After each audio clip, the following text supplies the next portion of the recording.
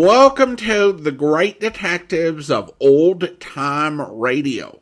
From Boise, Idaho, this is your host, Adam Graham. If you have a comment, email it to me, box13@greatdetectives.net. Follow us on Twitter at Radio Detectives and check us out on Instagram, instagram.com/greatdetectives. If you are enjoying this podcast, please follow us using your favorite podcast software. Today's program is brought to you in part by the financial support of our listeners. You can support the show on a one-time basis by mailing a donation to Adam Graham, P.O. Box 15913, P.O. Box 15913, Boise, Idaho 83715. And you can also become one of our ongoing Patreon supporters for as little as $2 per month. Just go over to patreon.greatdetectives.net. Well, now we're going to bring you the final radio episode of Tales of the Texas Rangers. The original air date, September the 14th, 1952, and the title is Drive-In.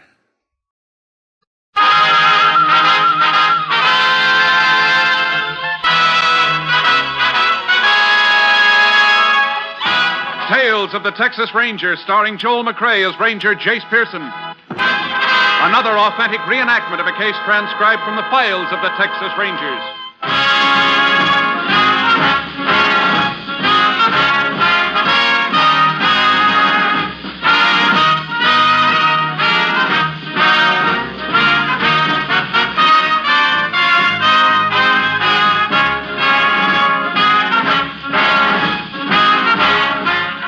Names, dates, and places in the following story are fictitious for obvious reasons. The events themselves are a matter of record.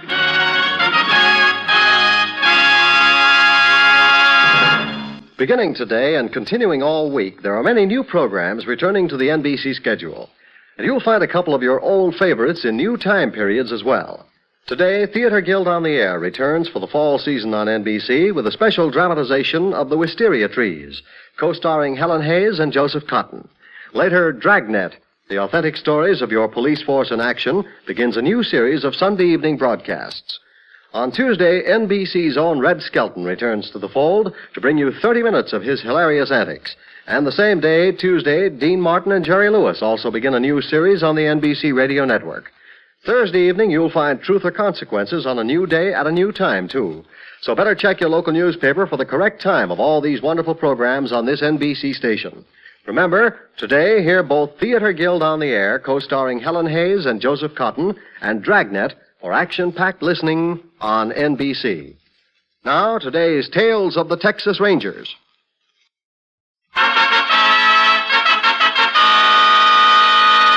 And now, from the files of the Texas Rangers, the case called Drive-In.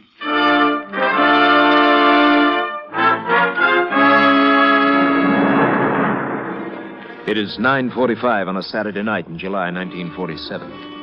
At a drive-in theater 3 miles outside Corvell, Texas, a boy in his late teens walks between the rows of cars on the darkened lot and approaches an old convertible parked near the exit.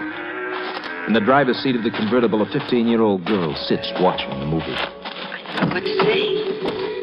Don't They're say getting ready to leave. You turn it I got you. That's the best part of it. Turn it off. Has to come back. No time to be watching a movie now. You might have to start driving any minute. They're really getting ready to leave, huh? I don't know. You should have left 20 minutes ago. Oh, maybe they want to see the show again. It's a good picture. Oh, Hey, sure, it's a pretty car they got. They ought to have a lot of money. what do you think I picked it? How much money you reckon we'll get from her? How do I know? You said if we used to get $100, we could get married. Yeah. Maybe if we used to get $200, we could go to Dallas for a honeymoon. Could we, Al? Sure, baby. Because I've never been to Dallas. You got your gun ready to use on them? Will you quit your yapping? Okay. Only trying to make sure everything go good. You sound like you don't even want me here. Yeah, sure I do, baby. You know that. Done nothing but yell at me the whole night. I've been trying to think. This thing has to go off just right. Now, you know what you got to do. Sure. Reckon you'll shoot them people? Maybe. Put him in trouble. Wish I could be there when you use the gun. You'll scare them so bad they won't know. Here they come. Oh, sure it's them? I've been watching that car, haven't I? Hey, this is exciting. I can hardly wait. Now, don't forget, baby. Pick me up at that spot I showed you. And remember, don't drive too close behind us. Okay, Al. Hey, mister! Mister! What's the trouble? My car's out of gas.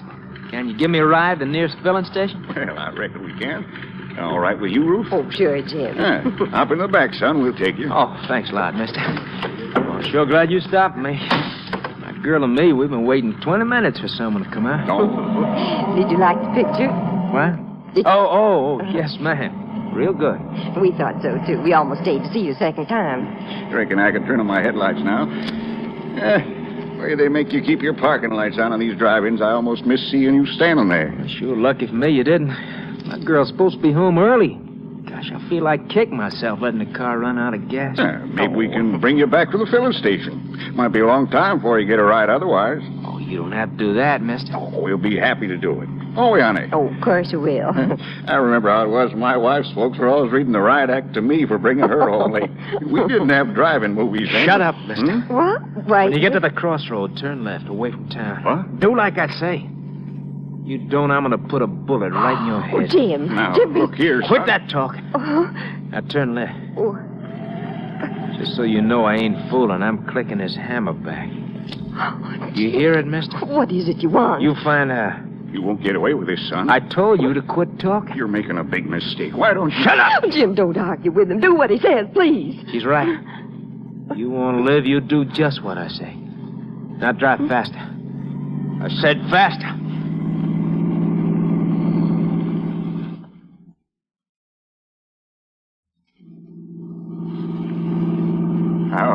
How much further you want me to go? I'll tell you when to stop. You have to press that gun so hard in the back of my neck. I'm keeping it right where it is. Jim, please don't argue with him. This is far enough. Stop. Now we're all getting out. Out this side, lady. Young. I still got this gun cocked, mister. Now throw your wallet and purse into the car, both of them.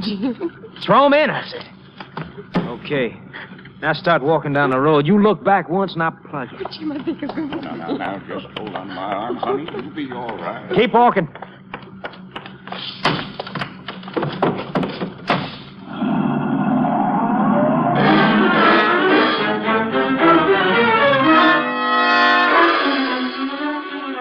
Half an hour later, the couple stopped a passing truck, which took them into the sheriff's office at Corvell. The sheriff, who was in another part of the county, was notified. He ordered an all-points bulletin to be sent out on the stolen car and requested the Texas Rangers to begin the investigation. Upon arrival at the sheriff's office, Ranger Jace Pearson began taking statements from the two victims. Now, I'd just like to go over a few things to make sure we have them straight. Mr. Harper, you say you had $37 in your wallet? That's right, Ranger. And Ruth had $5 in her purse. Oh, 5 and some change, Jim. It was closer to 6. The boy who robbed you, all you remember about him is that he was heavy-set and not too tall. Well, I know he was shorter than Ruth, and she's 5'8". Wish we could tell you more, but it was pretty dark the whole time he was with us. Couldn't get a good look at his face. Ranger, I just remembered something about him I forgot to tell you before. I don't know if it'll help. Anything will help, Mrs. Harper. Well, I did notice that he had his sleeves rolled up right to his shoulders like he was trying to show off his muscles. I see. Now about this girl the fellow said he was with. Did you... Oh, hello, Sheriff. Well, howdy, Jace. Folks, I'm sorry I wasn't here sooner, but at least I got some good news for you. Oh, what's that, Sheriff? They found your car just a few minutes ago. Oh, that's a relief. Where'd they find it, Sheriff? A couple of miles from where the holdup took place. Just got it on the radio as I was driving up. I told them I'd relay the message on to you. Well, can someone take us out there? Well, that won't be necessary, Mr. Harper. They're towing it in right now. Towing it in? Yes, ma'am, so they won't destroy any evidence. Well, I'm sure glad we've got it back. The fellow that held you folks up, was he working alone? Mr. and Mrs. Harper think there was a girl in it with him. That's right. But like we told the ranger, we didn't see her. She probably followed and picked him up after he ditched your car. That sounds like the tow truck coming in now. Yeah, that's Sam. I expect we better get out there. I sure hope that little rat didn't get my typewriter. Typewriter? Yeah. I was bringing it home to do some work over Sunday. Put it in the back seat of the car when Ruth picked me up at the office. Well, it won't be long before we know if he took it. That boy seems so nice at first. Oh, there's just no telling about people, is there? No, ma'am. Especially that one. Back of my neck still hurts where he was pressing the gun against it. Oh, that kid's vicious. Real vicious. We'll do everything we can to catch him before he gets rough with anybody else. The car is right over there. I'll make you out a receipt for it. Will you have to keep it here? Only for tonight, till the lab has a chance to go over it. We'll see that you get a ride home, folks. Thanks, Sheriff. Let me see. Oh, wait a minute, Mr. Harper. Don't touch the door handle. It hasn't been gone over for prints yet. Oh, sorry, Ranger. It's all right. I'll just shine my light through the window here.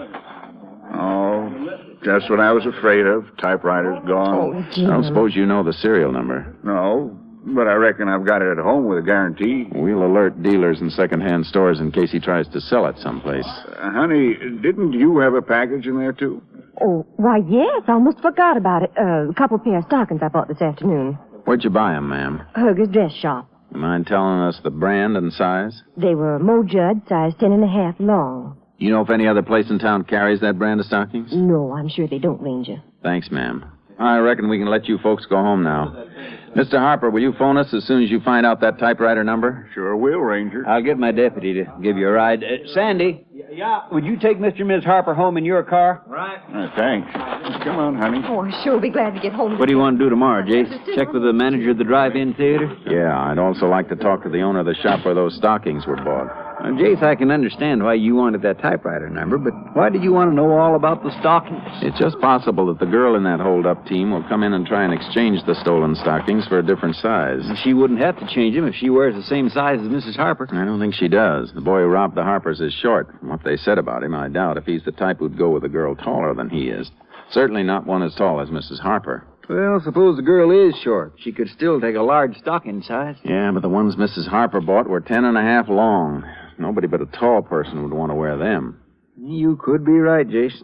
I'll phone the woman who owns the dress shop first thing in the morning. It's only a chance, but I believe it's worth a try.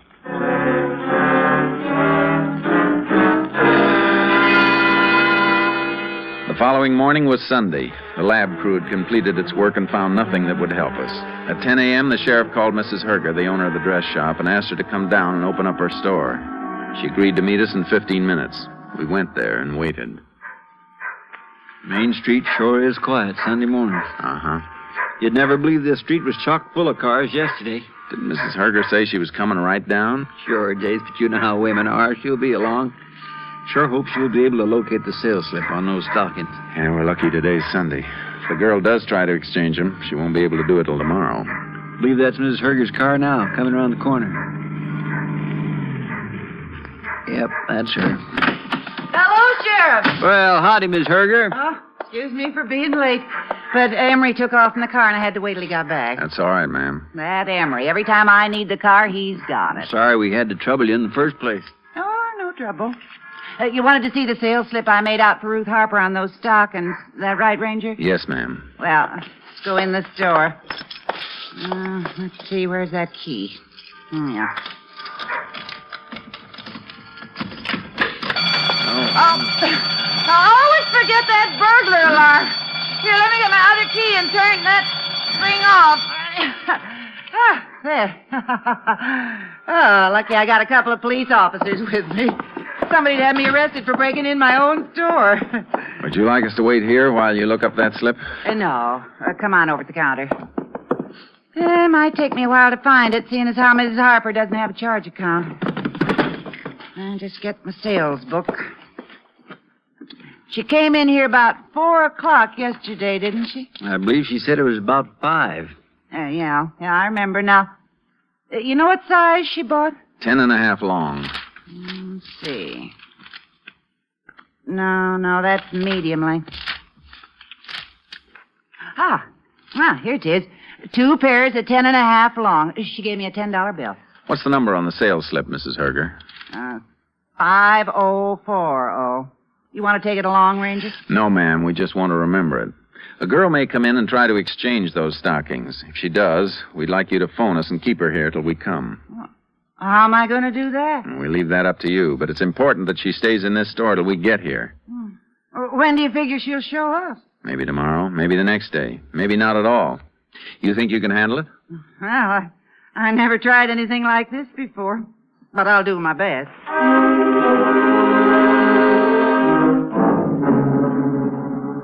When we left Mrs. Herger's store, we went to see the manager of the drive-in theater. He didn't recall seeing anyone who answered the vague description of the boy which the Harpers had given us. But he did tell us the names of a number of people who had been at the theater the night before. We questioned them, and several remembered seeing a boy with his sleeves rolled up to the shoulders. He'd been with a young girl in a convertible. We took statements from these witnesses. Around 2 o'clock on Monday afternoon, we had them come into the sheriff's office to sign their statements. Here you are, Mr. Hammer. Thank you. Sign all 6 copies, please. Miss Lindsay, here's your statement. Would you show her where to sign it, Sheriff? Sure, Jace. I'll get it. No. Ranger Pearson. This is Mrs. Herger. I can't talk loud. What is it, ma'am? There's a girl here with the same stockings I sold to Mrs. Harper. She wants to exchange them. We'll be right over. Well, I don't know how long I can keep her, Ranger. You better hurry.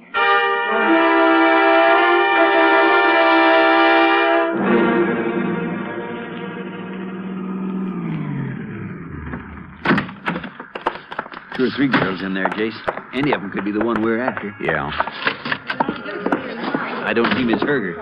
There she is now, coming toward the front of the store. Ranger! Ranger, Where is she, ma'am? look over my shoulder straight down the counter. See the one at the end with the mousy hair? Uh-huh. Where are the stockings she brought in? On the counter, right next to where she's standing. Sales slip is there, too. Thanks, Mrs. Herger. Hey, you were right about her not being tall. Yeah. I think she's got an idea we're coming after her. Yeah, looks nervous, all right.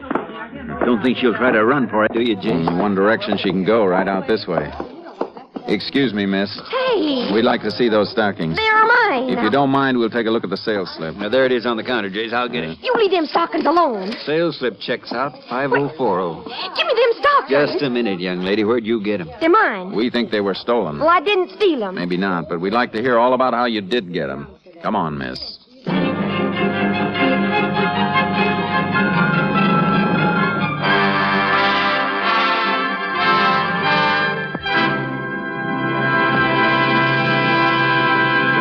In just a moment, we will continue with Tales of the Texas Rangers, starring Joel McCrea as Ranger Jace Pearson. We often hear the phrase, the American way. But do you ever stop to think just what that means? Of course, it means many things. Our traditions of freedom, our democratic government, and our system of justice. But a fundamental part of the American way is our economic system. Our economic system is not perfect. That's a simple historical fact. But the American economic system has brought greater material means for happiness to more people than any other system the world has ever known. Especially in these critical times, all of us should work to defend and improve this system. And the best way to defend and improve our economic system is to learn how it works.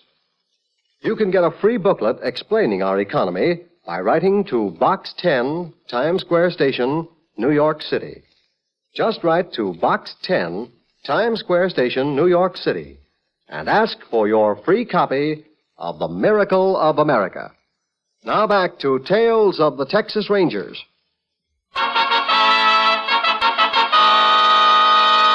We continue now with Tales of the Texas Rangers and our authentic story, Drive-In.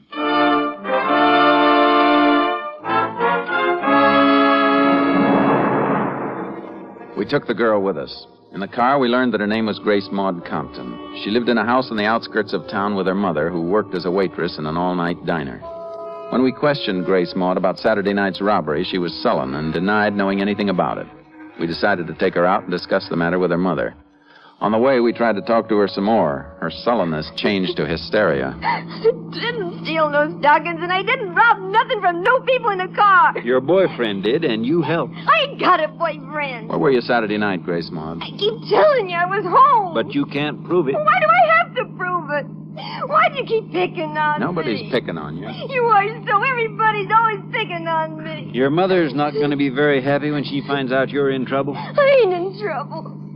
Besides, you can't talk to Ma. She's sleeping. I'm afraid we'll have to wake her up. Ma don't like to be woke up. She gets sore when she's woke up before getting up time. That's your place up ahead? Yeah, Nice little house.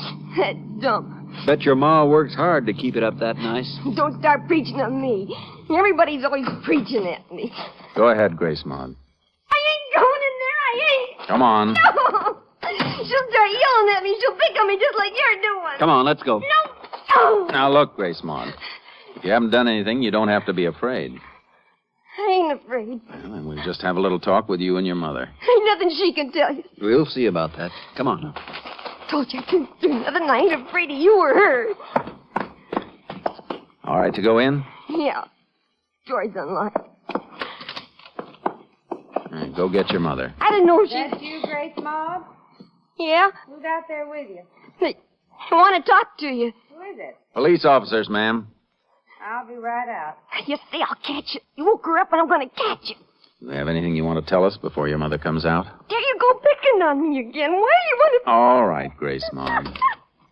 Excuse the way I look. I worked all night and I was sleeping. I'm sorry we had to wake you up, ma'am. Now, what's this all about? I didn't do nothing, Be Ma. quiet, Grace Maud. What's the trouble, Ranger?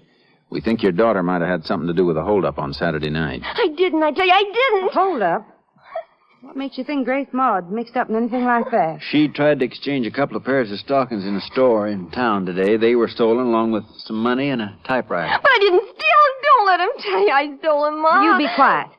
Are you sure they were stolen? There's no doubt about it, ma'am. Well, I've tried to bring her up right. Haven't been with her as much as I should be, working like I do nights. But I can't believe she'd do anything real bad. I didn't, Ma. We think she helped her boyfriend in the robbery. Boyfriend? You've been going out with that Al again? No, Ma. I thought I told you to stay away from him. I ain't seen him in a long time. I swear I ain't. What's Al's last name, Mrs. Compton? I don't know. He works on one of the ranches near here.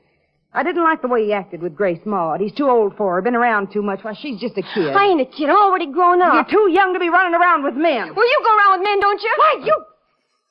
If I ever hear you talk to me like that again, I'll slap your head off. You hear me? You hear? There you go. You're picking on me again. What's Al's last name, Grace Maud? You're lying. I'm not. I don't know his last name, and I ain't been out with him. Maybe not, but you're not going out of this house again at night until I tell you. Oh, that ain't fair. You promised me I could go to the double feature I don't tonight. care what I promised. You're not going. Oh. I'm sorry, Ranger. You wanted to ask me some questions. Mrs. Compton, we don't want to hold your daughter if she's innocent. But she hasn't told us where she got those stockings. We hoped you'd make her understand how serious this is.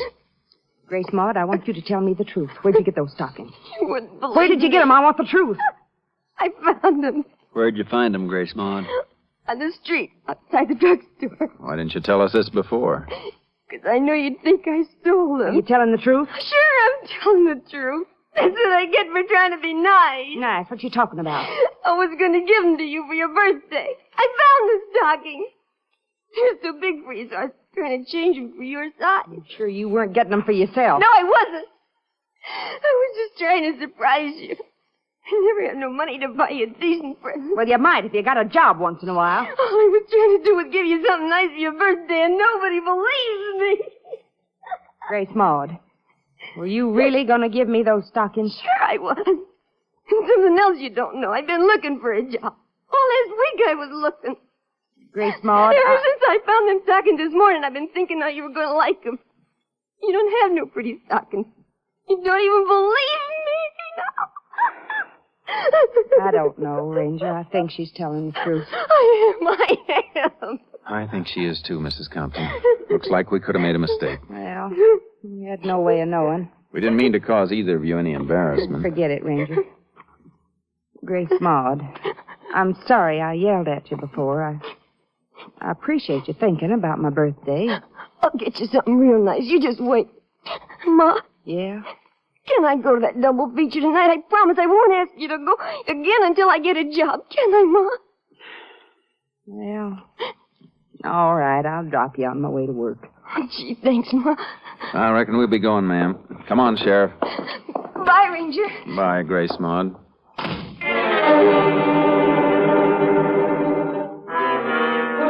We didn't believe a word Grace Maud had said. She'd fooled her mother, and we wanted her to think she'd fooled us. We're pretty sure her plans went beyond seeing a movie that night, and we hoped sooner or later she'd lead us to her boyfriend. We waited near the house in our car till a little after 7 that evening. Grace Maud and her mother came out and got into an old jalopy. We followed them into town. Mrs. Compton let Grace Maud out in front of the theater. We parked half a block down the street and waited. I reckon we got ourselves a lot of time to kill before she comes out of that picture show. Uh-huh. What if she doesn't try to get in touch with her boyfriend tonight? We just keep watching her until she does. Maybe I could get a couple of deputies to stay. Jace? She didn't go in that movie house after all. No, she's starting down the street. Yeah, right toward us. If she sees us, we're Get finished. down in the seat as far as you can. Yeah. Lucky you haven't got your horse trailer hooked on back or she'd spot us sure. Yeah, let's just hope she doesn't see the radio aerials. I can hear her now. Sounds like she's still heading this way. Yeah. Keep it low, Sheriff. Boy, I was sure she'd notice us. Where's she going? She just turned the corner into a side street. Come on. You reckon she's going someplace to meet him now? It's hard to say. I've been thinking about this Al fella Grace Maud's mother mentioned today. Wondering if he's the one we're after. So have I. Didn't want to ask too many questions about him. Watch it going around the corner, Sheriff. Hey, Jace, with that fellow in the convertible, it's her. They're pulling away. Stay here and watch where they go. I'll get the car and pick you up in a few seconds.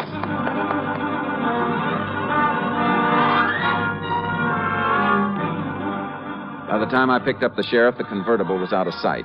The sheriff thought they'd headed toward the main highway leading out of town. He was right. We spotted them just past the town limits. After 3 miles of hard driving, we began to gain on them. 5 minutes later, we were 100 yards behind the convertible. They see us, Jace. He's stepping it up a little. Yeah, it's just what we're going to do. Want me to try a shot at their tires? I don't think so. We'll pull alongside of them. We're making it. Yeah. Yell at them to pull over. Pull over, you!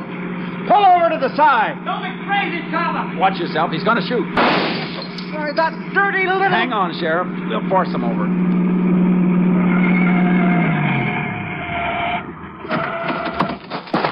He's making a break for that brush. Stay with the girl. I'll get him. Watch out, Al! Watch out! You keep quiet, Grace Mother.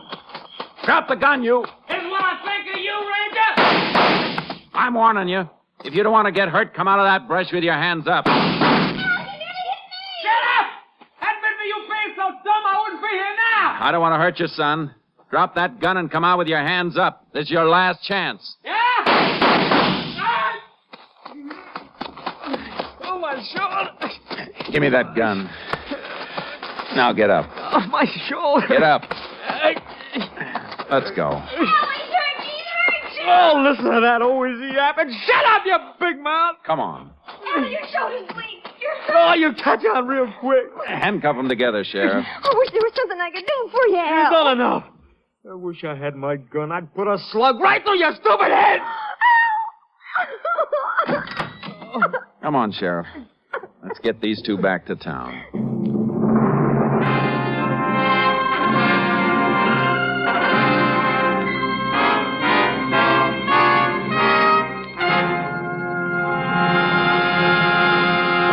In just a moment, we will tell you the results of the case you have just heard. NBC means comedy. And Tuesday's the day this week for you to start laughing with Dean Martin and Jerry Lewis and Red Skelton. That's right. This Tuesday evening, you'll hear both these great comedy programs when they begin the new fall season on NBC and this station. Dean Martin and Jerry Lewis will have Rosemary Clooney as their guest this Tuesday evening. And Miss Clooney will sing her popular version of Botcha-Me. Red Skelton promises a visit from Junior, the mean widow kid, and Deadeye, America's favorite cowpoke. Thursday evening, don't be surprised when you hear Truth or Consequences, for this popular program has switched days and is now a regular Thursday evening feature on the NBC Radio Network. And today, Sunday, there's more big news for listeners. Theater Guild on the Air returns today with Helen Hayes and Joseph Cotton co-starred in the Theater Guild production of The Wisteria Trees. Another important program note is this one. Dragnet has moved to Sunday. Yes, hear Dragnet tonight on NBC. Now back to Tales of the Texas Rangers.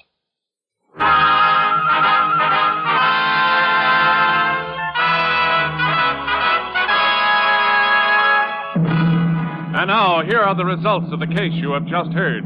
A typewriter identified as the one stolen from Jim Harper was found among Al Bennett's possessions. Bennett confessed to the robbing of Harper and his wife, naming Grace Maud Compton as his accomplice. Grace Maud was sent to the State School for Girls at Gainesville. Al Bennett was convicted of armed robbery and is now serving a 25-year term at Huntsville Penitentiary. Now, here is an important announcement from the star of our show, Joel McCrea. Folks, tonight marks the concluding performance, for a while at least, of Tales of the Texas Rangers. We've really enjoyed bringing these stories to you and hope that someday we'll be back with you again.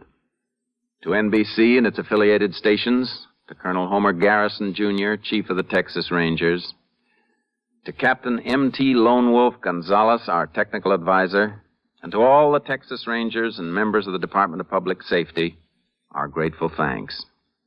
And we're particularly grateful to those of you who've taken the time to send us your cards and letters. After all, they are the only sure way of telling that you liked our show. Thanks, folks. Thanks a lot. Good night. You have just heard Joel McCrea in another authentic reenactment of a case from the files of the Texas Rangers.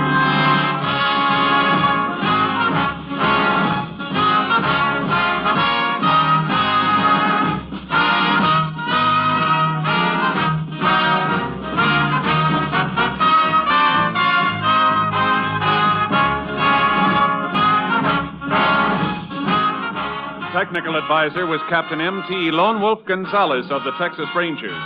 This story was transcribed and adapted by Charles E. Israel, and the program was produced and directed by Stacy Keach. Hal Gibney speaking.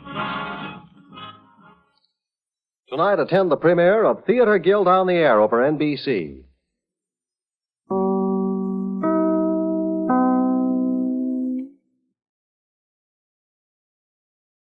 Welcome back. Well, once again, we do get another example of how life was different in these rural areas.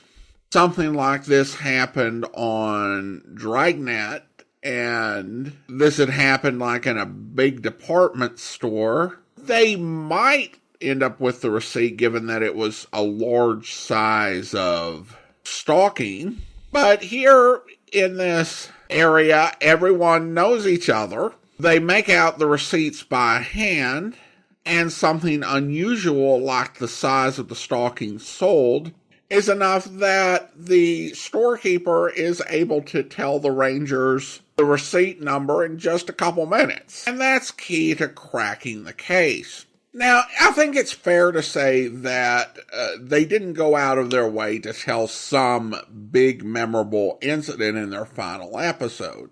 And in a way, that's understandable, as they probably didn't know months in advance that this was going to be it for the series. And when you're adapting real-life incidents, and you've got the case files from the Texas Rangers to work from, you go with what you got, and I think they did a good job with that particular production. As a series, I think Tales of the Texas Rangers really stands out as a very solid entry. Well, it's fair to say that this series wouldn't exist without Dragnet. I think calling it as, I heard someone on the internet say, Dragnet on horseback doesn't do it justice. It had its own sort of cadence and feel that evolved throughout the 90-plus episodes that were released. It told very different stories, not only from Dragnet, but from most other programs that we featured. Most series really spend the majority of their focus on the crimes committed in large cities like New York, Los Angeles, Chicago, San Francisco, and New Orleans. Tales of the Texas Rangers was different in that we got to look at crime in a more rural setting, as well as exploring some crimes that were very specific to a rural setting, such as cattle rustling. The acting was always really good and believable. I think that Joel McCrea was superb and was always given some really solid scripts to work with. The series ending has to be looked at a casualty of the growing influence of television. Well, it's popular to imagine that the golden age of radio all came to an end on a specific day in 1962. The truth is that there was a long decline with the ascendancy of television. And in 1952, you can feel that acutely at NBC. Tales of the Texas Rangers was taken off the air 3.5 months after The Man Called X left. Less than 2 weeks after this episode aired, Nightbeat would sign off for the last time. Those 3 series featured Herbert Marshall, Joel McCrea, and Frank Lovejoy, all talented and successful Hollywood stars who NBC couldn't afford to pay without advertising revenue. And that's before you even get into the writers as well as directors like Stacy Keach. Television was getting the money, and that was really drawing the talent. Tales of the Texas Rangers would next return in 1955 as a well-remembered juvenile television program that aired for 3 seasons. Joel McCrea would continue to make Western throughout the 1950s. Each remaining year in the 1950s, he made 1 or 2 Westerns a year, except for 1957 when he made 4. He starred as many historically significant Western heroes during this period, including Wyatt Earp, Sam Houston, and Bat Masterson. Although many of these were B pictures. He did star in a TV series in 1959 to 1960 called Wichita Town, along with his son, Jody. And then after that, kind of stepped back from acting. After 1960, he only appeared in 4 films in the next 16 years and was done in film. And in many ways, those 16 years kind of read like a victory lap, at least in regards to his film work. He was honored with 2 stars on the Walk of Fame in 1960, one for film and the other for radio. And really for radio, that's pretty much just on the strength of this series. Did not do a ton of radio outside of that. Did a few episodes of the Merv Griffin and Joey Bishop talk shows. In 1972, he was the subject of a episode of This Is Your Life. And then in the 80s, he picked up a Lifetime Achievement Award from the Los Angeles Film Critics Association. He also got the Golden Boot Award, which was an acknowledgement of his achievement in the realm of Western films. Of course, just because McCrea was not doing a lot on film doesn't mean that he was totally at ease. He had made a lot of money in real estate when he got out to California. Also, he had at one point a very significant ranch and lived to be about 85 years old. Well, that's all for this series. If you do want to hear it again, of course, you can always check our archives, but also the Old Time Radio Westerns hosted by Andrew Rhines replays it regularly, and you can always check out Andrew's journeys through the series over at otrwesterns.com. Listener comments and feedback now, and we received this comment on YouTube. And this comes from Francis, who writes, "Hi Adam, I just want to say that you do a great job. I've been listening to your podcast for ages now, and I love it. I live in Zimbabwe, so you should know how far your reach is. I love Tales of the Texas Rangers. Hope you keep it up. And know that you make my day when I get to listen to my favorites." Well, thank you so much, Francis. I appreciate you listening over there in Zimbabwe. It's always fascinating to hear where people are listening from, particularly if it's outside one of the top 4 countries that downloads come from. Now, of course, this is the last episode of Tales of the Texas Rangers, but I hope you'll find new favorites in the programs that we will be bringing in the coming weeks. Again, thanks so much for your comment, Francis. Now let's go ahead and thank our Patreon supporter of the day. And I want to go ahead and thank Talia. Talia has been one of our Patreon supporters since September 2018, currently supporting the program at the Shamus level of $4 or more per month. Thank you so much for your support, Talia.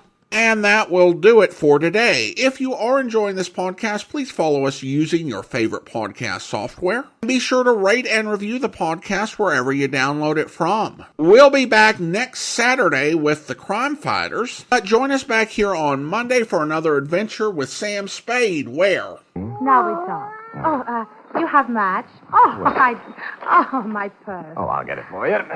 Oh, move now. You're almost stepping on it. Oh, so clumsy. The lipstick is around the chair. Yeah, I see it. There we are. There. Thank you. No trouble. Now, the light. Got it.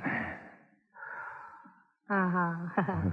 Now, Mr. Spade, before we talk of Ahmed, let us drink to him, huh? Right. To Ahmed? To Ahmed. Oh, what's the matter, Freddie? Oh. The cat? Yeah, look, the milk's on the wrong side. He did it again. Did what? Well, he likes to spin the Lazy Susan. Lazy Susan? What did he do? Now, take it easy, honey. The thing spins. See, you got my drink, I got yours, and Freddie got left out. No. Oh, no! Darryl! You Look, Darryl! baby, please, don't go off the deep end. Take it easy. What's the matter with you? Huh? I hope you'll be with us then. In the meantime, do send your comments to box13@greatdetectives.net. Follow us on Twitter at Radio Detectives and check us out on Instagram, instagram.com/greatdetectives. From Boise, Idaho, this is your host, Adam Graham, signing off.